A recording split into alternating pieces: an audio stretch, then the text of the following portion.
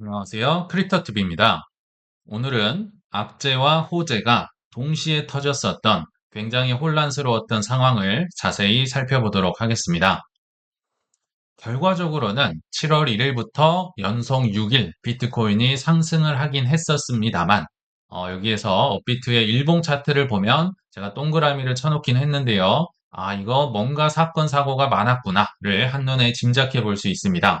꽤나 많이 떨어져서 비트코인이 3%가 넘게 떨어졌지만 또 어제 새벽에 뭔가 꿍꽝꿍꽝 하면서 올라왔거든요. 앞으로 어떻게 될지 모르지만 적어도 조정 후에 좀 회복이 있었다. 그래서 뭔가 사연이 있었다. 요거를 한번 풀어보도록 하겠습니다. 어제 밤 무렵에 굉장히 큰 악재가 나왔었습니다. 아마 뉴스를 통해 보셨겠지만 스트래티지가 비트코인을 꽤나 많이 팔았었거든요. 물론 이사회에서 한 2만 개 정도까지는 팔 수 있어 라고 승인을 받아서 팔 수 있다고 하는 것 알았는데 진짜로 너무 많이 팔았습니다. 그래서 아마 코인리스의 기자분도 좀 깜짝 놀라서 실수를 한 게 아닌가 생각이 들 정도로 어제 좀 나름 충격이 있었어요. 어젯밤 9시 무렵이었죠. 정정 기사가 나옵니다. 스트레티지가 3,588개나 되는 비트코인을 처음에는 매수했다고 기사를 쓰셨었어요. 그러면서 이제 스트레티지 설립자가 우선주 배당금 다시 주려고 STRC겠죠. 재원을 마련하기 위해 매도했다. 뭐 이런 뉴스가 터지면서 이제 최초 송출 당시 매도가 매수로 잘못 표기되어 나갔습니다. 뭐 정정합니다. 죄송합니다. 이런 기사가 나올 정도로 사실 좀 예상하기가 쉽진 않았다. 너무 많이 판 거죠. 왜냐하면 20년도 8월에 스트래티지가 만들어져서 지금 거의 만 6년 동안, 만 6년이 거의 다 됐죠. 5에서 6년간을 습관적으로 계속 매수만 했지. 그리고 매도한 적도 물론 두 번이 있었지만, 뭐 그때도 뭐 몇십 개, 뭐 얼마 되지도 않은 걸 매도를 했었고, 그 다음날 바로 산다든지 했었는데, 3,588개를 한 번에 매도했다고 아마 여기에 익숙하신 기자님이 생각하기 쉽지 않았던 것 같아요. 그러니까 당연히 매수라고 보도를 하지 않았나. 그 정도로 조금 충격이 있었고요. 또 왜 이게 좀 더 충격적이었냐면 항상 뭐 주말이나 일요일쯤에 마이클 세일러가 이런 트윗을 올리죠. 뭐 비트코인 이스 디지털 에너지, 빅 오렌지 뭐 이런 식으로 하면 아, 또 비트코인 샀구나. 그냥 지난 5년, 6년을 계속 이래 왔으니까 당연히 비트 매거진이든 어떤 기사에서도 더 많은 비트코인 매수를 암시하구나 이렇게 생각을 했는데 3,500개를 팔아버리니까 다들 뭐 비난 여론과 퍼드가 정말 본물 터지듯이 쏟아지는 게 당연하지 않았을까. 뭐 여러 개가 있지만 뭐 트위터 가보시면 지금 난리도 아니거든요. 그 중에 하나만 말씀을 드리면 7월 6일 밤 한 12시 무렵에 중국의 채굴풀 설립자 장조얼이라는 분이 있는데요. 이거 큰일 났다. 스트레티지가 주주들의 승인을 받았지만 그럼에도 2만 개의 비트코인, 맥시멈 2만 개까지 팔 수 있다고 승인을 받았죠. 그거 전량 매도 가능하겠다. 지금 3,588개 팔았는데 만 한 6천 개 정도 더 팔 수 있어. 왜냐하면 스트레티지가 기존 전량에서 벗어났기 때문에 자금 조달 전략 조정에 신호일 수 있다. 뭐 이런 기사가 이런 트윗이 뭐 난리도 아닙니다. 특히 뭐 피터 시프도 뭐 얼마를 수천만 달러를 손절했다더라라고 하면서 뭐 5만 가지 퍼드가 많이 있는데요. 물론 세일러의 말도 신뢰도 떨어졌지만 한번 그 반대편에 있는 의견도 한번 보시라는 차원에서 제가 다른 뉴스도 한번 가져와 봤습니다. 행동을 보라라고 하잖아요. 의외의 딜이 등장했기 때문에 이게 부정적인지 긍정적인지 한번 최종적으로 여기까지 보시고 판단을 해보시면 좋을 것 같다. 오늘 블룸버그 얘기가 많이 나오는데요. 블룸버그에서 이런 뉴스를 올립니다. 스트레티지와 디스트레스드 뎃 홀더라고 돼 있는데요. 여기 이제 부실 채권 펀드, 막 헐값에 돼 있는 걸 싸게 사가지고 큰 폭리를 단기간에 취하는 쉽게 얘기하면 하이에나 같은 뭐 헤지 펀드 같은 분들이라고 보시면 됩니다. 자, 근데 스트레티지랑 하이에나들이 토론을 했다. 스왑 딜을 토론하고 있다. 이런 기사. 그러니까 뭔가를 지금 바꾸자는 딜을 성사시키고 있다라고 보시면 되거든요. 이 좀 더 쉽게 얘기를 해보면 이 하이에나들이 지금 STRC라는 배당주 요게 좀 할인이 최근에 많이 됐었잖아요. 원래는 $100 근처에서 놀아야 되는데요. 요게 막 엄청나게 떨어졌었죠. 그러니까 이때는 기회다라고 하면서 그거를 잔뜩 사놓은 하이에나들이 있는데 요거를 이제 스트레티지에게 딜을 거는 겁니다. 내가 요거 줄 테니까 스트레티지 보통주를 내놓으시든지 아니면 STRF나 STRE나 그러니까 쉽게 얘기하면 다른 우선주, 스트레티지의 다른 우선주 좀 내놔. 근데 할인해서 내놔. 그러니까 스트레티지는 할인해서 주라라고는 얘기는 안 했지만 교환 비율을 어떻게 정하느냐에 따라서 뭐 영가에 뭐 살 수도 있다라는 생각이 들고요. STRF는 대놓고 할인해서 내놔. 이 둘 중에 하나를 골라봐라. 왜 이런 뉴스가 나왔을까요? 항상 행동을 주목하라라고 하잖아요. 자, 첫 번째, STRC 요게 지금 스트레티지의 기존 전략을 바꿀 만큼 셀러가 안 판다고 했는데 판다고 할 만큼 힘들게 하고 있는 원흉으로 보시면 됩니다. 그러니까 이 하이엔 애들이 이 점을 노리는 거죠. 배당 주기 힘들지? 요거 좀 없앴으면 좋겠지? 내가 이거 바꿔줄게. 내가 요거 엄청 싸게 많이 사놓은 게 있거든. 근데 그거를 지금 스트레티지의 보통주랑 바꾸자고 하는 얘기잖아요. 요거를 한번 가만히 생각해 보시면 어떤 거가 더 오를 거라고 베팅을 하는 건가요? STRC도 물론 할인이 됐고 배당을 뭐 따박따박 웬만하면 받을 수 있으니까 좋겠지만 그것보다는 스트레티지의 상승세에 더 베팅을 하니까 보통주 내놔라고 하는 거겠죠. 물론 기존 주주들의 주식은 이제 조금 희석될 수는 있지만 그럼에도 STRC가 떨어진 거는 어차피 100달러 근처에서 놀게 설계가 돼 있는데 반해서 지금 스트레티지는 마이너스 뭐 70%, 80%까지 최고점 근처에서 떨어졌잖아요. 그러니까 스트레티지의 단기 상승을 예상하고 지금 수합을 하고 싶어 하는 겁니다. 그렇죠? 스트레티지를 더 좋게 보니까 이런 딜을 지금 만들고 있다. 자, 그럼 두 번째로 이 다른 우선주로 좀 할인해서 바꿔달라. 이건 무슨 뜻이냐? 다른 선순위 우선주가 있습니다. 그러니까 STRC가 최우선주가 아니고요. 그러니까 스트레티지가 뭐 청산을 당하든지 힘들어지든지 심지어 뭐 파산을 하더라도 무조건 줘야 하는 더 우선순위의 우선주가 STRF도 있고요. STRE도 있습니다. K도 있고요. 근데 F랑 E는 아마 유럽에서 파는 걸로 알고 있는데요. 이런 친구들은 심지어 고정된 그러니까 한 10% 정도 고정된 이자를 받을 수 있는 배당을 받을 수 있고 선순위이기 때문에 회사가 망해도 지구 끝까지 쫓아가서 받을 수 있는 어찌 보면 더 좋은 이제 우선주인 거죠. 그래서 요거를 좀 할인해서 내놔라. 이렇게 지금 얘기를 하고 있고요. 게다가 그러니까 STRF는 한번 보고 깜짝 놀랐는데요. 이건 100달러 근처에서 목표로 설계된 자산이 아니더라고요. 심지어 127불로 간 적도 있어요. 그러니까 STRF는 100달러가 목표인 것도 아니고 우선주이며 그러니까 선순위로 받을 수 있으며 고정된 배당을 받을 수 있다. 더 좋은 걸로 할인해서 내놔. 그러니까 둘 중에 하나를 선택하라. 근데 아마도 스트레티지를 만약에 딜이 일어난다면 1번으로 될 가능성이 좀 높을 수는 있겠다라는 생각이 듭니다. 그렇죠? 그래서 요약을 하자면 단기 악재가 맞죠. 엄청나게 많이 팔았으니까. 그리고 세일러의 말에 신뢰도 약해졌지만 반면에 이렇기 때문에 스트레티지의 가격도 정말 많이 싸졌다. 그래서 이 하이에나들은 스트레티지의 상승에 오히려 베팅을 하고 욕심을 내고 있는 모양새다. 그러니까 긍정적인 게 있지만 부정적인 것도 있다. 요거를 한번 직접 판단을 해보시라는 차원에서 요걸 한번 소개를 해드렸습니다. 자, 근데 악재로 끝이 나지 않았죠. 사실 요게 이제 주인공으로 저도 방송을 해야겠다 생각이 들었는데 새벽에 뚝딱뚝딱 하면서 여러 가지 정말 많은 뉴스가 그러니까 세일러의 매도퍼들을 덮어버린 트럼프 관련 소식 뉴스가 두 개가 있었는데 그 중에 하나를 먼저 말씀을 드리겠습니다. 제가 새벽마다 아침마다 뭐 여러 가지 카톡을 받는데요. 암호화폐 관련돼서 뭔가 이렇게 소개해주는 란이 있는데요. 뭔가 두서없이 새벽에 폭탄처럼, 뭐 코인니스에서도 보시면 아시겠지만 폭탄처럼 속보가 계속 나옵니다. 트럼프가 나는 암호화폐의 큰 지지자다. 뭐 트럼프 계좌의 비트코인이 포함될 수도 있다. 아니, 되는 것도 아니고 안 되는 것도 아니고 이게 무슨 얘기지? 미국이 뭐 암호화폐를 주도하고 있다. 암호화폐는 매우 강력하다. 많은 사람이 비트코인을 사용하고 있다. 또 우리가 안 하면 중국이 안 할 거다. 뭐 빅팬이다.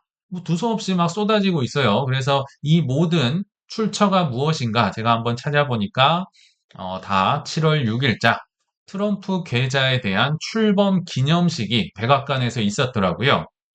뭐 여러 뭐 상무장관, 뭐 재무장관, 뭐 델 CEO라든지 여러분들이 모여서 이 출범 기념식을 했는데 그때 다 나왔던 얘기입니다. 어떤 거에 대한 답변이었냐면요. 기자들이 물어본 것 같아요. 이 트럼프 계좌 출범식에서 이 트럼프 계좌에 비트코인 포함될 수도 있나요? 라고 물어보니까 그에 대한 모든 답변이었다라고 보시면 됩니다. 여기서 한번 생각을 해보실 건요. 지금 사실 트럼프 계좌랑 지금 이 비트코인은 상관이 없거든요. 그쵸? 상관이 없는데 왜 이 기자분이 굳이 콕 집어서 물어봤을까? 제가 볼 때는 지금 우리뿐만 아니라 미국 전역에서도 자꾸 비트코인 뭐 한다고 하면서 전략 비축도 한다고 하고 뭐 여러 가지 얘기할 거 많은데 왜 아직도 말이 없느냐? 그러니까 그거에 대해서 지금 사실 그렇게 상관이 없는 자리에서 물어볼 정도로 많은 사람들이 기다리고 있었고 거기에 대한 대답으로 트럼프가 약간 뭐 횡설수설 가까운 얘기를 했다라고 저는 보이거든요. 그래서 이 기자분에 대한 답변이 바로 모든 기사였습니다. 근데 트럼프가 어떻게 답을 했느냐? Something could happen. 일어날 수 있어. 어떤 일이든 가능해. 비트코인 들어갈 수도 있을 것 같은데 이렇게 얘기를 했다. 그리고 뭐 빅팬이고 뭐 중국이 하면 안 되고 우리가 해야 되고 이 모든 얘기가 나왔었다라고 보이는데요.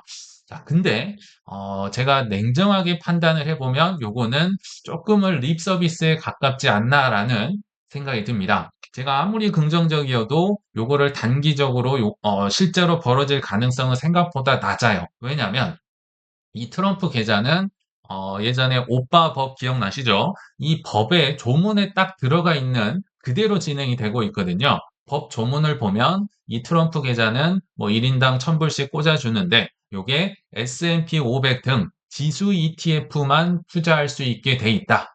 그러니까 대표적인 건 S&P 500 딱 하나만 들어갔어요. 근데 추가로 지수 ETF가 많으니까 3, 4개를 늘리는 것도 사실 벅찹니다. 지금 S&P 500부터 시작을 하도록 설계가 돼 있어요. 그리고 수수료율도 뭐 0.1% 이내의 ETF, 그러니까 수수료가 낮은 걸로 돼 있는데 웬만한 크립토 ETF는 수수료가 뭐 0.5에서 0.8 뭐 이렇게 가거든요. 그러니까 수수료 때문에라도 안 되고 지금 지수라고 콕 집어서 법 조문에 들어가 있어요. 그러니까 여기에 비트코인을 넣는다. 뭐 비트코인 ETF든 아니면 뭐 이 스트레티지나 코인베이스나 이런 게 들어간 어떤 지수 ETF를 넣든지 이게 쉽지 않다. 수수료도 너무 높고요. 입법이 필요하다. 비트코인이 들어갈 수 있나요? 이거는 단일 종목, 뭐 테슬라, 애플 이런 것도 단일 종목으로 못 넣습니다. 그래서 입법 등 난관이 굉장히 많다. 차라리 이거를 응원하느니 401k 행정명령이 작년 8월에 시행이 됐었죠. 여기에 사모펀드나 크립토를 넣을 수 있다. 근데 이거는 행정명령이고 노동부의 규정 개정만으로 굉장히 쉽게 수월하게 할 수 있는 행정명령입니다. 물론 이제 정권이 바뀌면 사라질 수는 있지만 노동부가 규정 개정 이미 거의 완료를 하고 있죠. 그래서 이제 각 회사들이 이거 401k에서 퇴직자들에게 퇴직자가 아니고 퇴직연금으로 코인 관련 널래 말래. 그리고 자산운용사들은 어떤 상품 만들래. 그러니까 회사의 재량으로 운영할 수 있도록 큰 이제 좀 자율적이거든요. 차라리 그래서 401k를 응원하는 게 여기에 코인이 들어가는 게 훨씬 빠르고 효과적일 수 있다. 트럼프 계좌에는 솔직히 저는 조금 립 서비스에 가깝다라는 생각은 들거든요. 자, 근데 그럼에도 불구하고 마이클 셀러의 이 퍼드 이후에 이 발언 때문에 오른 게 팩트입니다. 왜 올랐을까요? 평소에 트럼프의 성격이나 여러 가지를 잘 알고 있기 때문이 아닌가 생각이 듭니다. 그 단적인 예가 사실 최근에 있었죠. 미국의 뭐 발로건인가요? 뭐 축구 선수가 있었는데 사실 퇴장을 받고 뭐 상대방의 발목을 밟고 레드카드를 받아서요. 이번에 16강전에 벨기에랑 싸울 때 퇴장 당했으니까 그분은 나올 수가 없었는데 트럼프가 피파에 전화를 걸었었죠. 그래서 이 사람 뭐 그렇게까지 레드카드 받을 건 아닌 것 같다 해가지고 실제로 레드카드가 사라져 버렸습니다. 그러니까 뭐 유럽이랑 벨기에 국민들 난리도 아니었겠죠. 이게 말이 되느냐? 뭐 퇴장이 사라져서 이번에 나왔는데 그래도 벨기에한테 크게 지긴 했지만 아무튼 이 압박이 무섭잖아요. 그만큼 무서우니까 피파가 그 사람의 레드카드를 없애주고 그러니까 이 트럼프의 성격이 뭐 법이 안 된다고 해서 뭐 포기하고 이럴 사람이 아니기 때문에 그래서 어느 정도 좀 긍정적으로 그래도 퍼드를 극복을 하고 몇 퍼센트라도 오르지 않았나 이런 생각이 듭니다. 그리고 두 번째 뉴스도 있었는데요. 요거는 아까랑은 완전 별도의 이제 기사고요. 앞서서는 이제 발표, 인터뷰 중에 나왔던 거고, 두 번째는 기사다. 이것도 또 블룸버그입니다. 그래서, 블룸버그가 어떤 보도를 했는데, 이것도 한번 가만히 생각해 보시면 재밌습니다. 이거 발표가 아니었다고 했었죠. 그러니까 그럼 블룸버그가 왜 이걸 기사를 취재를 했느냐? 자꾸 전략 비축한다고 하고 뭔가 중간 선거는 다가오는데 뭐 수준의 발표는 한다고 하는데 안 나오고 있잖아요. 그러니까 아까의 그 물어본 기자분, 그 인터뷰 때 물어본 기자분이랑 블룸버그랑 똑같은 거예요. 당신들 전략 비축한다고 하는데 왜 아무 말도 안 해? 얘기를 안 하니까 백악관의 내부 관계자를 찾아가서 그들이 얻은 현황을 공유한 기사다. 이렇게 보시면 됩니다. 트럼프가 발표하고 누가 발표한 게 전혀 아니에요. 그냥 블룸버그가 내부 관계자들을 통해서 현황이 발표됐다. 근데 여기 보시면 전략적 비트코인 준비금이나 코인 보유량 구조화 작업을 진행 중이야. 그러니까 긍정적으로 본다면 하고는 있어. 잘하고 있어. 이거 포기한 거 아니야. 요거는 이제 긍정적인 건데 조금 문제도 있네. 이게 이제 블룸버그에 의해서 현황 파악이 되고 드러났다라고 보시면 됩니다. 그렇다고 해서 비축 계획이 제동에 걸렸다라고까지는 보긴 좀 어렵지만 뭔가 재무부의 권한이 있는지 없는지 관할권이 재무부가 맞는지 여러 논란이 있었다. 좀 마지막 퍼즐이 맞추기가 힘드네. 요게 이제 새삼스럽게 드러났다라고 보이면 되거든요. 그래서 밑에 제가 줄을 쳐놨는데 재무부에서 그러면 상무부로 좀 옮길까?